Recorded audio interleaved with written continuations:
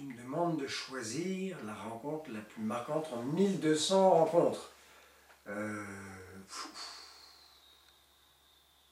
je serais tenté de te parler de Habiba, évidemment, cette femme tanzanienne qu'on a rencontrée à la mi-parcours et qui symbolise ces très très nombreuses femmes qu'on a rencontrées, qui nous ont hébergées, nourries au quotidien.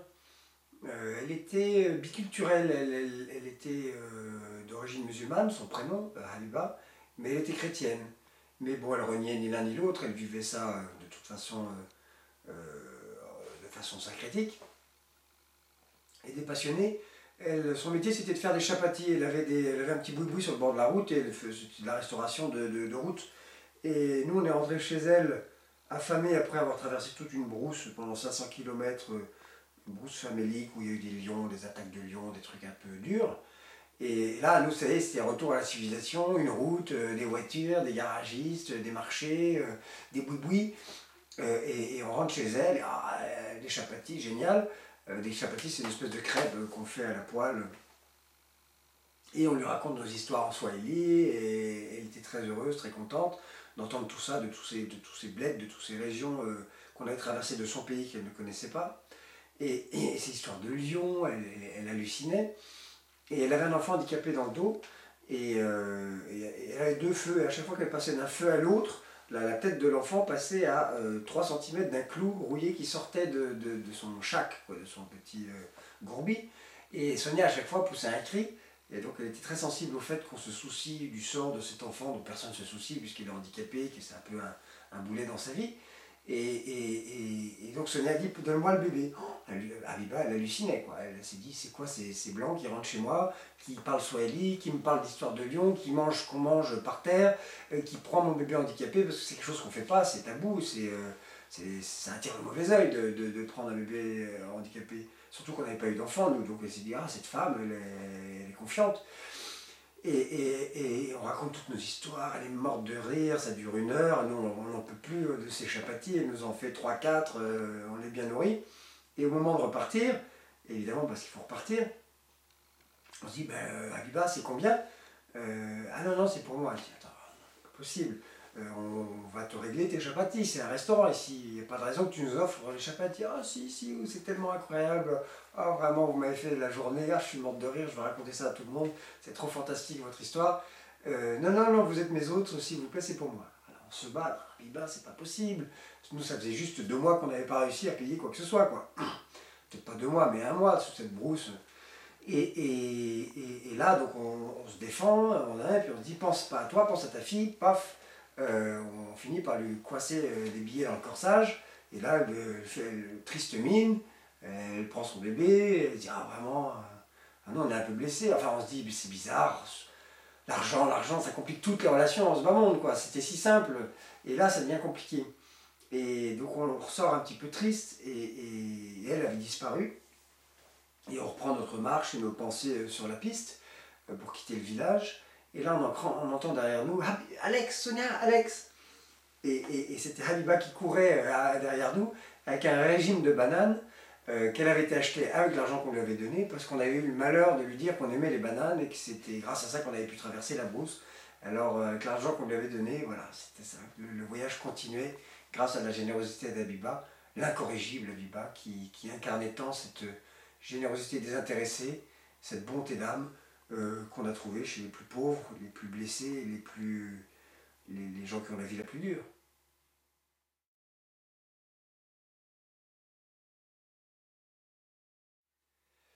La rencontre la plus émouvante. Donc celle qui tire des larmes. euh, un peu plus au nord, au Kenya, on est tombé sur un groupe de scientifiques qui faisaient des recherches sur la spiruline, qui est un petit zooplancton qui est dans les lacs alcalins du Grand Rift africain, le lac Bogoria, le lac Baringo, le lac Turkana, et dont les flamants roses se nourrissent. Et donc ils étudiaient le pourcentage de spiruline dans l'eau, etc.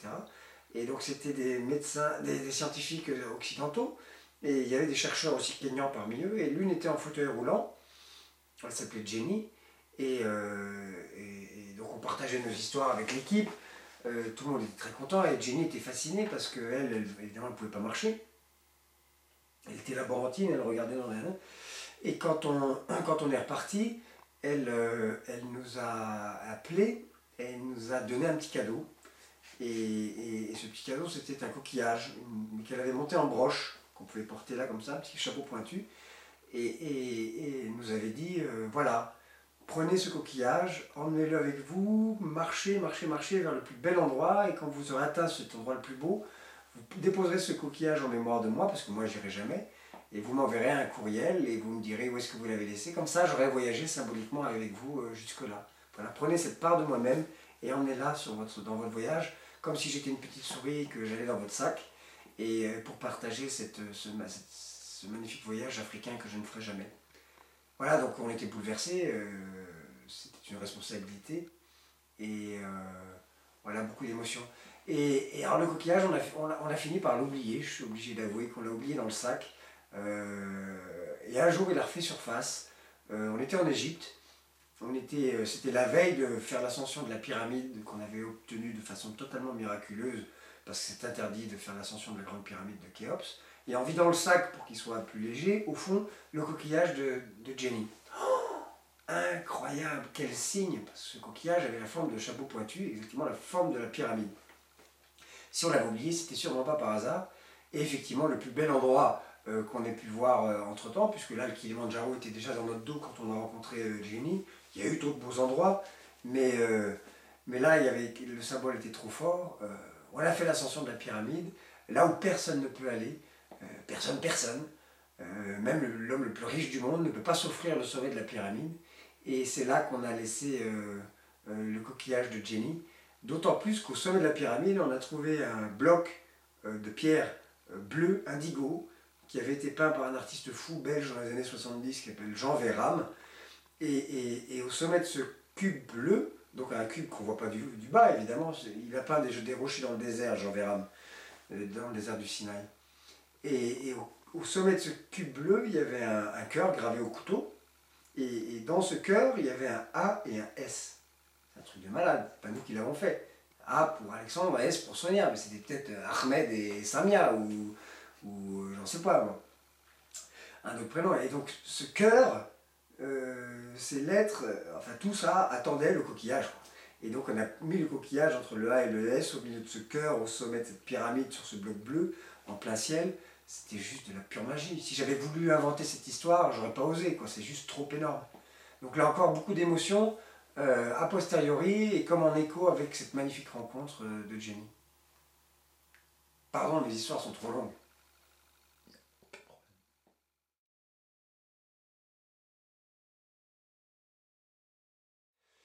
Alors la rencontre la plus effrayante, il y a les lions évidemment qu'on a dû charger, mais ça dure quelques secondes et puis on est survivant, donc finalement ça fait partie du rodéo africain, de l'histoire des lions nécessaire, mais pas suffisante.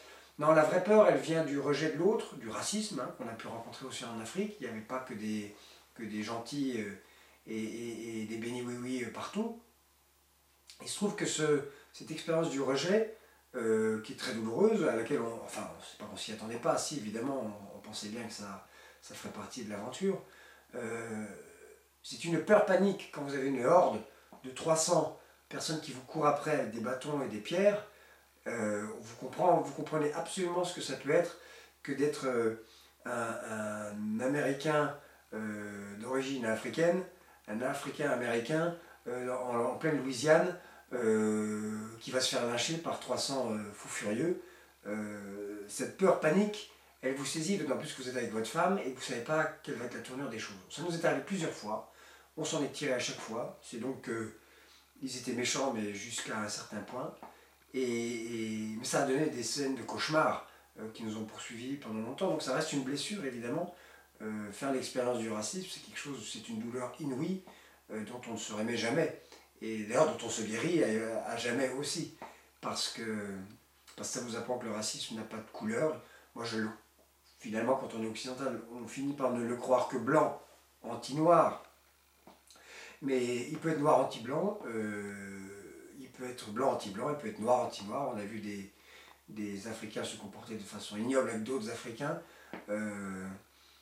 notamment des Éthiopiens envers des minorités éthiopiennes plus bronzées du Sud. Ça, c'est quelque chose de chronique et de récurrent dans tous les pays. Les gens du Nord, moins bronzés, méprisent beaucoup les gens du Sud, plus bronzés. Ça s'inverse dans l'hémisphère Sud, évidemment, mais bon, ça, c'est une constante malheureuse. Donc là, évidemment, c'est la peur, c'est la scène effrayante absolue, parce que parce que vous n'en connaissez pas l'issue. Mais bon, heureusement pour nous, elle a été heureuse. À chaque fois, il y a eu un ange gardien qui est venu nous tirer de ce mauvais pas.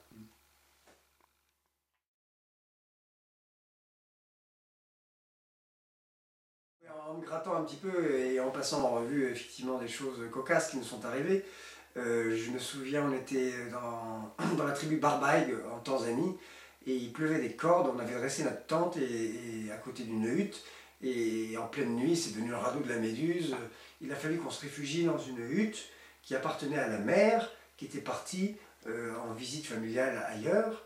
Donc on rentre dans cette hutte, un petit peu cas moi j'avais les pieds qui dépassaient d'une espèce de petit lit en branche et j'avais les pieds qui tombaient dans un foyer éteint de cendres.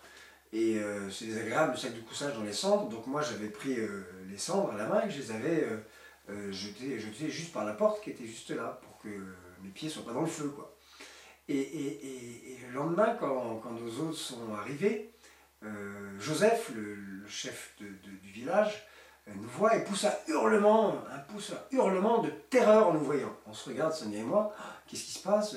On est tout bleu, qu'est-ce qui se passe, quoi? Il a une crise cardiaque, etc.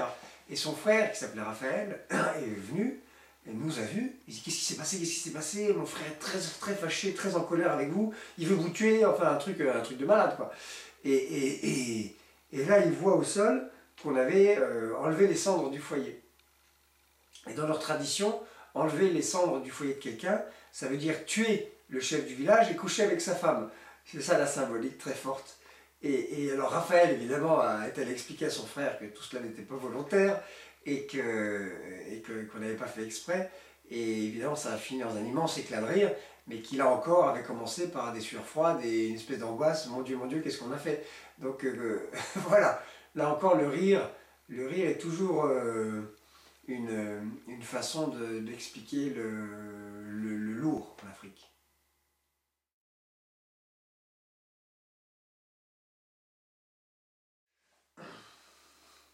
La rencontre mystérieuse, elle est mystique, c'est tous les jours avec cette personne qui vient vous sauver et qui vous semble avoir été envoyée.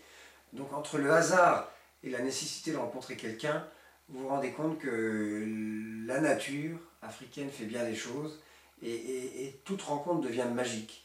Et là, vous devenez superstitieux comme tout Africain est superstitieux, au sens noble du terme, hein, au sens où on n'a pas l'explication de ce qui se passe et que le hasard ne suffit pas à expliquer ces rencontres magiques. Donc chaque jour, ce sauveur du jour qui venait à nous, était, nous faisait vivre à l'africaine la magie du quotidien.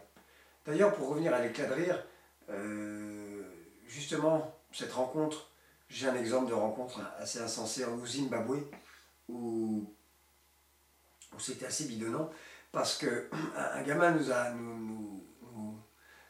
est sorti de la brousse pour nous courir après, et il nous a dit ne partez pas, nous aimons les Blancs, ne croyez pas ce que dit le dictateur Mugabe, nous voulons que vous restiez, nous n'avons rien contre vous.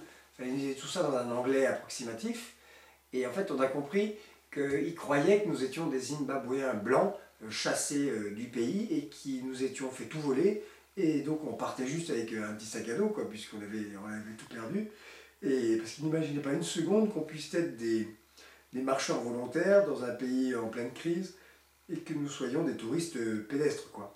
Donc là, de cette confusion est née une espèce d'hilarité qu'on lui a expliqué aussi. Mais peu importe, le message était passé, c'était ça l'essentiel. Donc vous voyez, derrière le rire, il y a toujours un enseignement qui aussi est lourd de conséquences.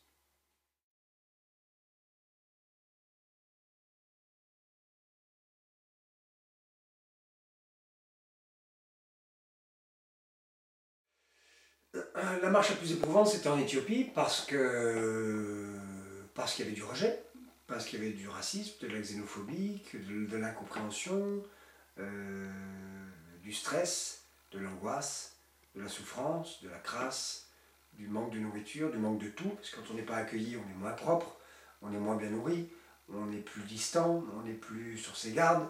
Donc c'est tout un climat qui change dans votre voyage, et contre lequel vous luttez intérieurement, parce que ça devient un non-sens, ça rentre en contradiction avec tout ce pourquoi vous êtes parti et tout ce qui vous intéresse dans la vie. Donc voilà, là c'est ce qui est le plus dur évidemment. C'est la marche la plus dure, c'est celle où on n'est pas porté par l'amour. Ouais.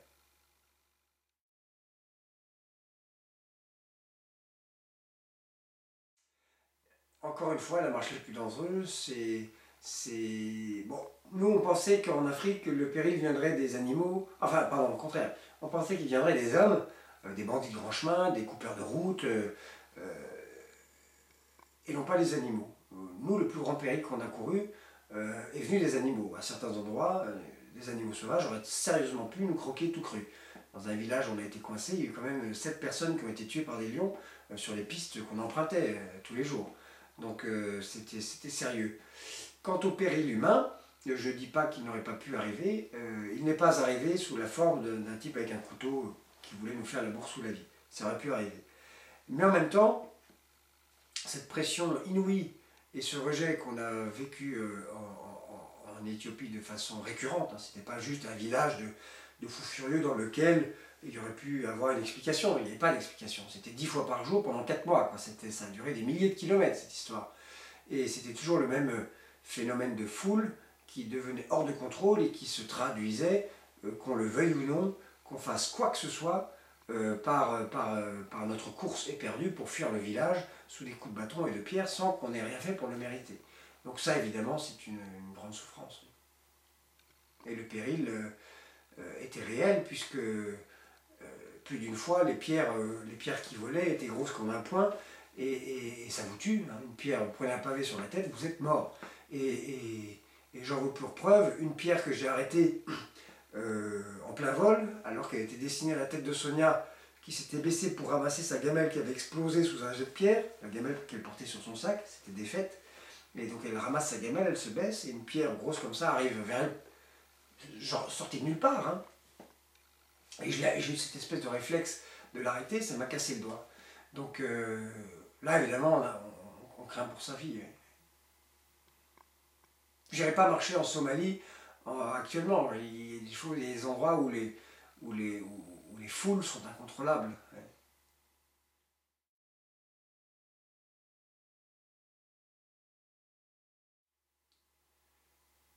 La marche la plus insolite dans notre histoire, c'est peut-être celle au sommet du Kilimanjaro, dans les neiges éternelles du glacier de Furtwängler, où là, évidemment, on n'a pas le sentiment d'être en Afrique, et pourtant on est en Afrique. Être au Lesotho, dans une tempête de neige, avec des petits Basutu qui vous croisent en chapeau pointu, ils ont des chapeaux de paille chinois, ils sont recouverts de couvertures comme ça, sous laquelle ils sont tout nus, et ils marchent en grande bottes de caoutchouc. Donc là c'est très insolite, c'est insensé, c'est des scènes qui vous font rire intérieurement d'une Afrique parfaitement insolite et inattendue. Je me souviens aussi d'un piroguier sur le lac Malawi qui avait un beau t-shirt jaune canari et qui partait pêcher avec un casque de chantier jaune canari. Il y avait l'assortiment des couleurs que j'avais trouvé très chic et je me demandais ce que ce casque de chantier faisait. C'était très marrant. Et le comique est partout aussi.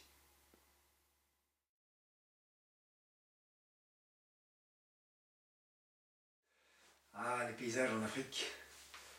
C'est une alternance de choses époustouflantes et de choses parfaitement mornes, plates et moches.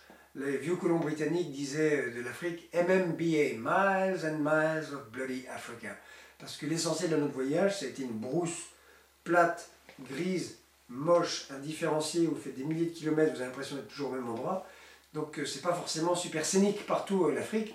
Et puis d'un seul coup, vous débouchez sur les chutes Victoria, sur le Kilimanjaro, sur la plaine du Serengeti, sur l'escarpement de Moi, sur l'escarpement du lac Turkana, sur je sais pas moi, les batholithes granitiques du mont Mulanje au Malawi, sur le plateau de Nika, sur l'escarpement du Drakensberg, qui redescend du Lesotho, sur les fleuves que vous traversez, qui sont tumultueux, le Zambèze, d'autres passages incroyables, tous ces lacs mythiques comme le lac Turkana, les îles volcaniques, le Grand Rift africain, les montagnes du Simène en Éthiopie, les églises pétroglyphes de la Libella, les dunes du Sahara, les ruines de Méroé, et tant de miracles. Donc, mais ça sont étalés sur des milliers de kilomètres. C'est ce qui vous fait marcher aussi quand le paysage est moins alléchant. Donc s'il fallait en retenir un paysage, ça serait le cratère du Ngorongoro, parce qu'on y est arrivé à pied. C'est une espèce de caldeira circulaire qui est un peu un Éden, un paradis sur Terre. Alors beaucoup de gens sont déçus parce qu'ils y arrivent avec le jet lag, ils descendent de l'avion, ils ont un tourista, et le bus les vomit sur le bord du cratère, et ils disent « Ah, ça n'est que ça, le cratère du Ngorongoro. Bon allez, on se casse ». Donc nous, évidemment, ce n'est pas cette perception-là qu'on a eue, parce qu'on a mis 7000 km pour le voir, mais c'est un choc, ça reste un choc esthétique dans notre histoire. Ah, puis le lac Natron, évidemment, le volcan Odonyolengay en éruption, sont des décors de genèse, de nature avant l'impact de l'homme. Oui, il y a quelque chose de génésique en Afrique qui est extraordinaire.